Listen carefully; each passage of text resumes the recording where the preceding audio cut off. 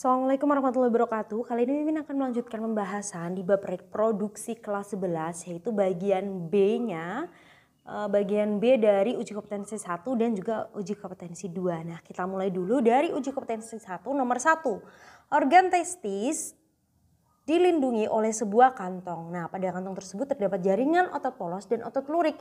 Apa nama kantong pelindung testis tersebut dan apa peran dari kedua jenis otot yang terdapat pada kantong tersebut? Nah, jadi yang dimaksud di soalnya adalah skrotum ya. Nah, skrotum itu antara skrotum kanan dan skrotum kiri itu terdapat otot polos yang fungsinya untuk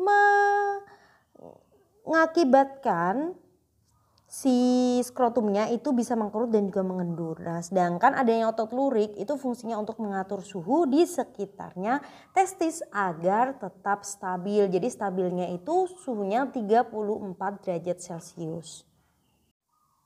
Kita lanjutkan ke nomor 2, jelaskan 3 jenis sel yang terdapat dalam tubulus miniferus yang berperan dalam spermatogenesis. Jelaskan pula hormon-hormon yang dihasilkan oleh kelenjar hipofisis anterior yang berperan dalam proses spermatogenesis. Jadi ada 3 jenis sel ya, yaitu spermatogenium. Nah, spermatogenium ini sel induk sperma yang fungsinya tentu saja untuk menghasilkan sperma.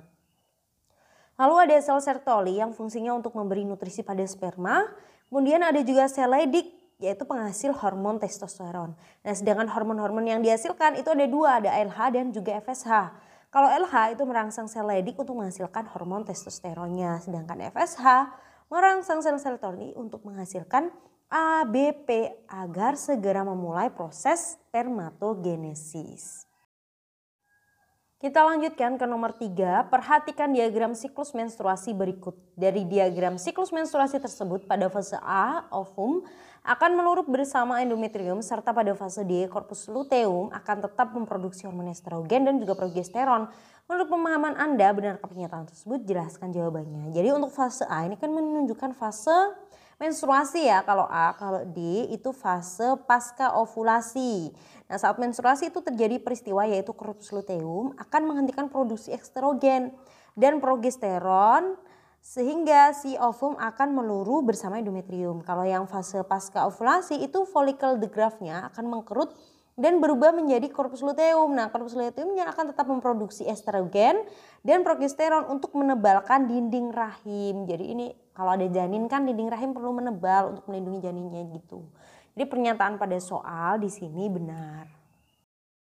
Kita lanjutkan ke nomor 4, selama masa kehamilan akan terbentuk membran kehamilan yang berguna untuk pertumbuhan dan perkembangan janin dalam uterus. Salah satu membran kehamilan tersebut bisa menghasilkan cairan yang dapat digunakan untuk mendeteksi apakah janin mengalami kelainan genetik atau tidak.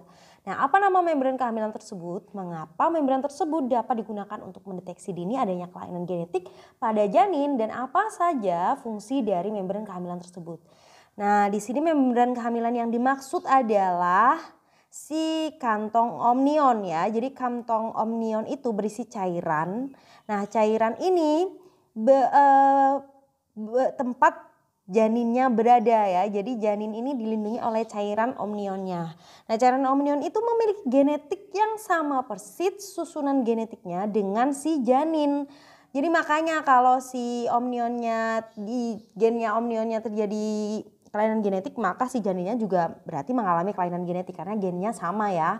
Nah, fungsi dari cairan omnion sendiri yang pertama itu bisa melindungi janin dari benturan.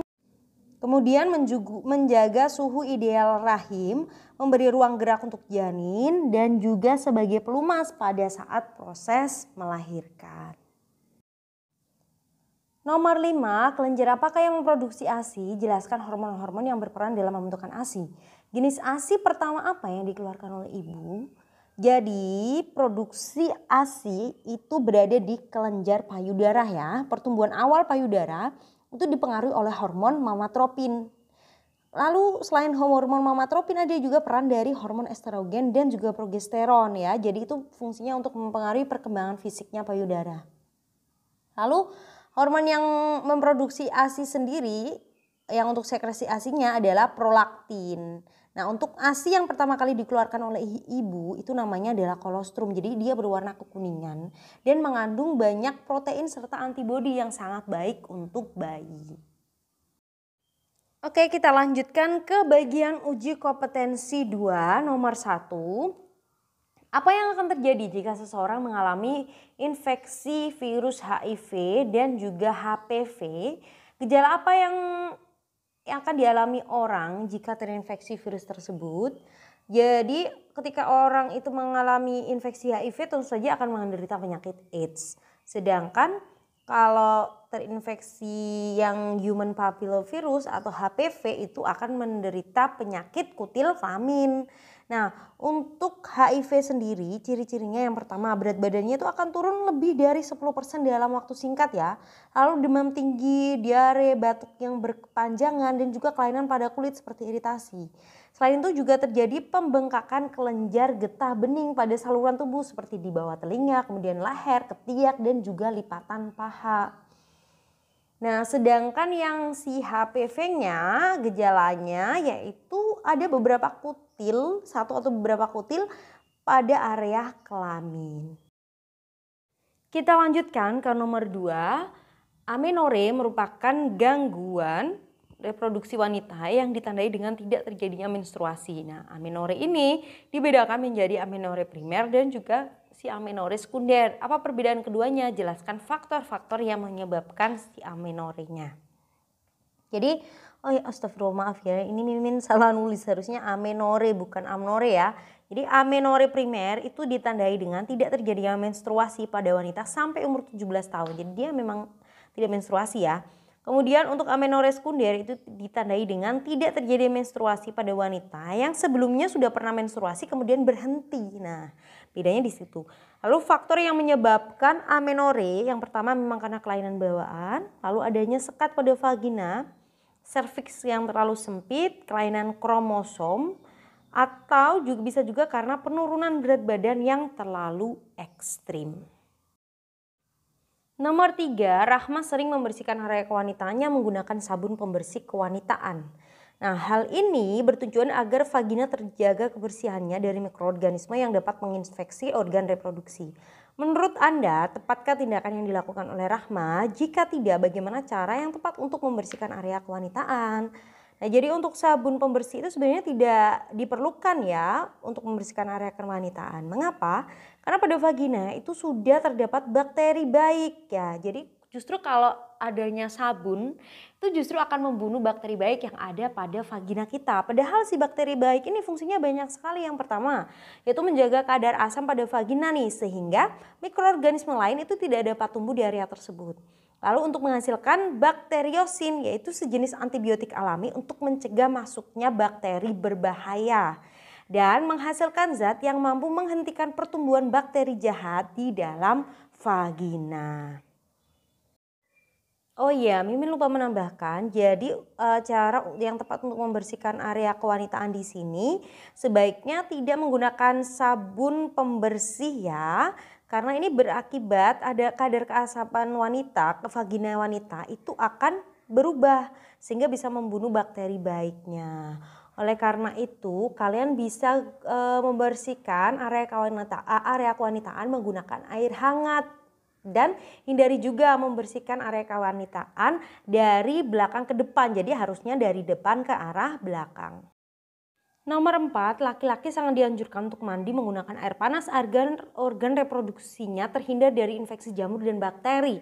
Menurut pemahaman Anda, benarkah pernyataan tersebut? Nah, jadi laki-laki itu justru tidak dianjurkan untuk mandi menggunakan air panas. Kenapa? Karena kebiasaan ini dapat mengganggu produksi spermatogenesis ya. Suhu air panas dapat merusak sperma sehingga sperma yang dihasilkan tidak berkualitas. Nah, peningkatan suhu 1 derajat saja itu akan mengurangi jumlah sperma sampai dengan 40%. Jadi pernyataan pada soal di sini kurang tepat alias salah.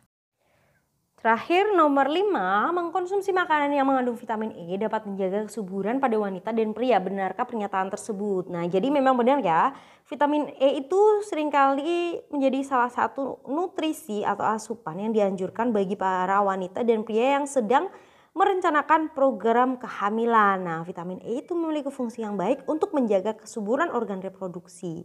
Contohnya nih pada wanita itu bisa mempertebal dinding rahim, kemudian bisa melindungi kantong amnion dari kerusakan dan juga sebagai antioksidan yang dapat mencegah rusaknya sel telur. Nah, jadi sedangkan pada laki-laki itu dia bisa meningkatkan motalitas atau pergerakan sperma sehingga kesempatan sperma untuk membuahi sel telur itu menjadi lebih besar. Dengan demikian pernyataan pada soal di sini memang benar. Sekian pembahasan kita kali ini, semoga bermanfaat. Share ke teman-teman kamu ya. Terima kasih. Wassalamualaikum warahmatullahi wabarakatuh.